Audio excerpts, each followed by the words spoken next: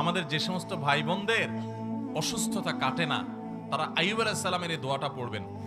আমাদের তো একটু সামান্য বিপদ আসলেই আমরা অস্থির হয়ে ব্যাকুল হয়ে শুকরিয়া আদায় করা তো দূরের কথা, আল্লাহর ব্যাপারে আমরা অভিযোগ করি, ঠিক না ঠিক? আইয়ুব আলাইহিস সালাম কোরআনে আল্লাহ তাআলা তার আলোচনা বিভিন্ন জায়গায় করেছেন। এত অসুখ দিয়েছেন, এত কষ্ট, অসুখের যাতনা, কষ্টে ভয়াবহ একটা অবস্থা, দুর্বিষহ একটা পরিস্থিতির মধ্যে পড়েছে। এত কষ্ট ছিল, এরপরেও ওই অবস্থায়ও আল্লাহর শুকরিয়া আদায় করতেন, আল্লাহর কৃতজ্ঞতা আদায় করতেন, অবনত হয়ে থাকতেন এবং বলতেন রব্বি আন্নী মাসসানিয়াদ দুররু ওয়া আনতা আরহামুর রাহিমিন।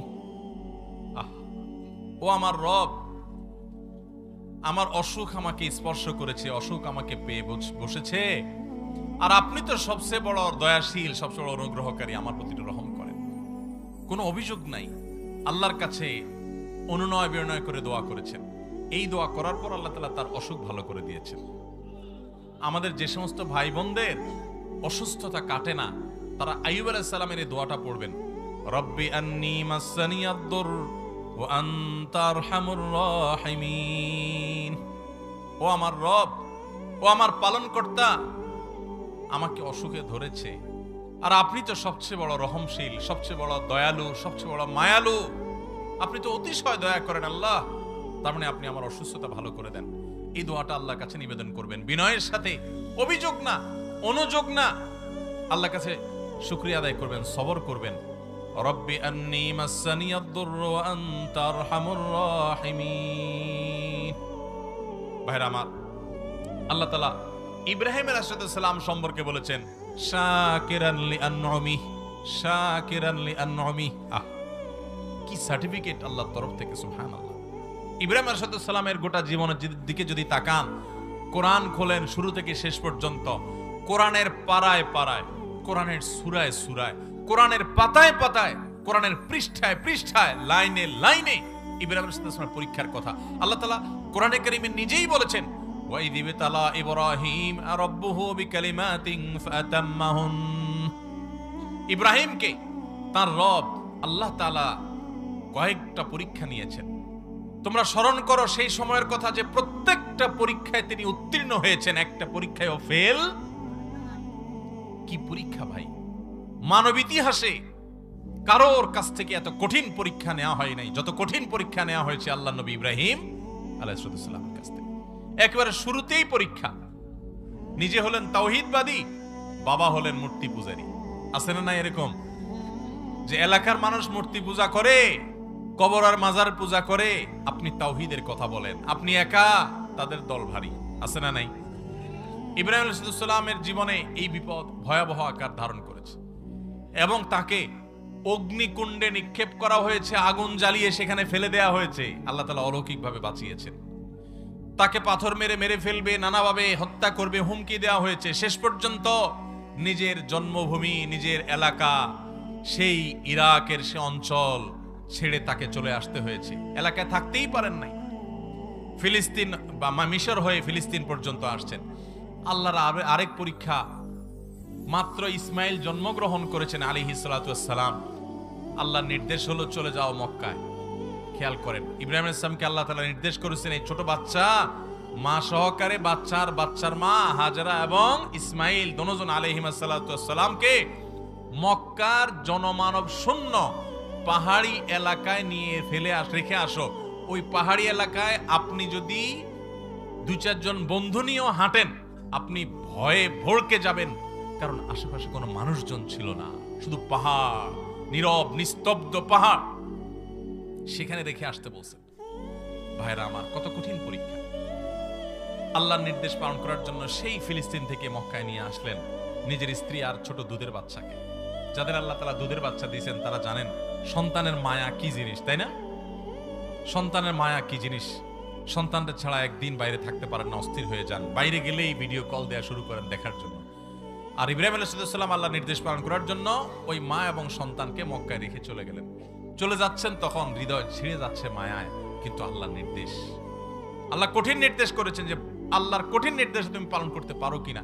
আল্লাহ সে পরীক্ষা নিয়েছেন তার কাছ থেকে, তিনি পরীক্ষা উত্তীর্ণ হয়েছেন, আল্লাহ নির্দেশ পালন করে চলে আসছেন। কোনো মানুষ নাই এই বাচ্চার মার খাবারের কি ব্যবস্থা হবে, আল্লাহ তাদেরকে মেরে ফেলেন নাই।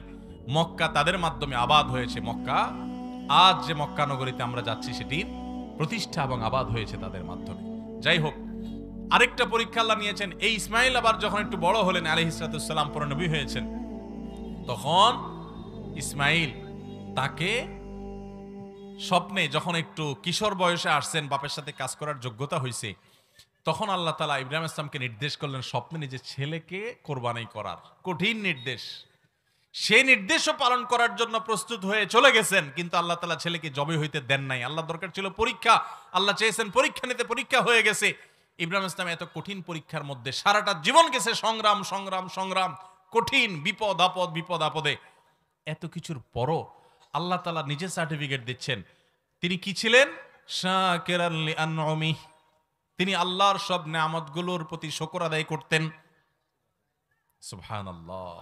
ভাইরা আমার, এইভাবে গোটা কোরআনে আপনি দেখবেন আল্লাহ রাব্বুল আলামিন আমাদেরকে শুকর আদায় করার, কৃতজ্ঞ মানুষ হওয়ার জন্য অনুপ্রেরণা দিয়েছেন, উৎসাহ দিয়েছেন, নির্দেশ দিয়েছেন। এবং কোরআনে কারিমে আল্লাহ তাআলা এও বলেছেন, লা ইন শাকারতুম লাযিদান্নাকুম, যদি তোমরা আমার শুকরিয়া আদায় করো, যা পাইছো এই পাওয়ার পর যদি শুকর আদায় করো, আল্লাহ বলেছেন নিয়ামত আমি বাড়ায় দিব। ওয়ালা ইন কাফারতুম ইন্না আযাবি লাশাদীদ, আর যদি আমার শুকরিয়া আদায় না করো, কুফরি করো, না শুকরি করো, তো মনে রাখবা আমার আযাব অত্যন্ত কঠিন, অত্যন্ত শক্ত। ভাইরা আমার, কোরআনে কারিমে বহু আয়াতে আল্লাহ রাব্বুল আলামিন এই শুকর সম্পর্কে বলেছেন। তায়াম্মুমের বিধিবিধান দিয়ে আল্লাহ তাআলা বলেছেন লাআল্লাকুম তাশকুরুন, তোমাদেরকে উযু করতে না পারলে তায়াম্মুম বিকল্প ব্যবস্থা আল্লাহ তাআলা দিয়েছেন যেন তোমরা আল্লাহর শুকরিয়া আদায় করো। এবং আল্লাহ তাআলা বাতাস মানুষ উপকার দিয়েছেন, উপকারী বাতাস, সেটা বর্ণনা কোরআনে দেওয়ার পর বলেছেন লাআল্লাকুম তাশকুরুন, যাতে তোমরা সেই নিয়ামত পেয়ে আল্লাহর শুকর আদায় করো। এবং আল্লাহ রাব্বুল আলামিন কোরআনে কারিমে আমাদেরকে এই পৃথিবীকে বসবাস যোগ্য করে দিয়েছেন, সে বিষয়ে আলোচনা করার পর বলেছেন যে এত কিছু পাওয়ার পর কালিলাম মা তাশকুরুন, তোমাদের মধ্যে খুব অল্প সংখ্যক মানুষ আল্লাহর ইবাদত করে। নবী করিম সাল্লাল্লাহু আলাইহি সাল্লাম আল্লাহর কাছে দোয়া শিক্ষা দিয়েছেন আমাদেরকে, আল্লাহুম্মা আইন্নি আলা যিকরিকা ওয়া শুকরিকা ওয়া হুসনি ইবাদাতিক। প্রত্যেক নামাজের পরে, 5 ওয়াক্ত নামাজের পরে এই দোয়া পড়া সুন্নাত, নবী সাল্লাল্লাহু আলাইহি সাল্লামের দোয়া। আল্লাহুম্মা আইন্নি আলা যিকরিকা ওয়া শুকরিক, আল্লাহ আমি যেন আপনার জিকির করতে পারি, আল্লাহ আমি যেন আপনার শুকর করতে পারি, আপনি আমাকে সাহায্য করেন।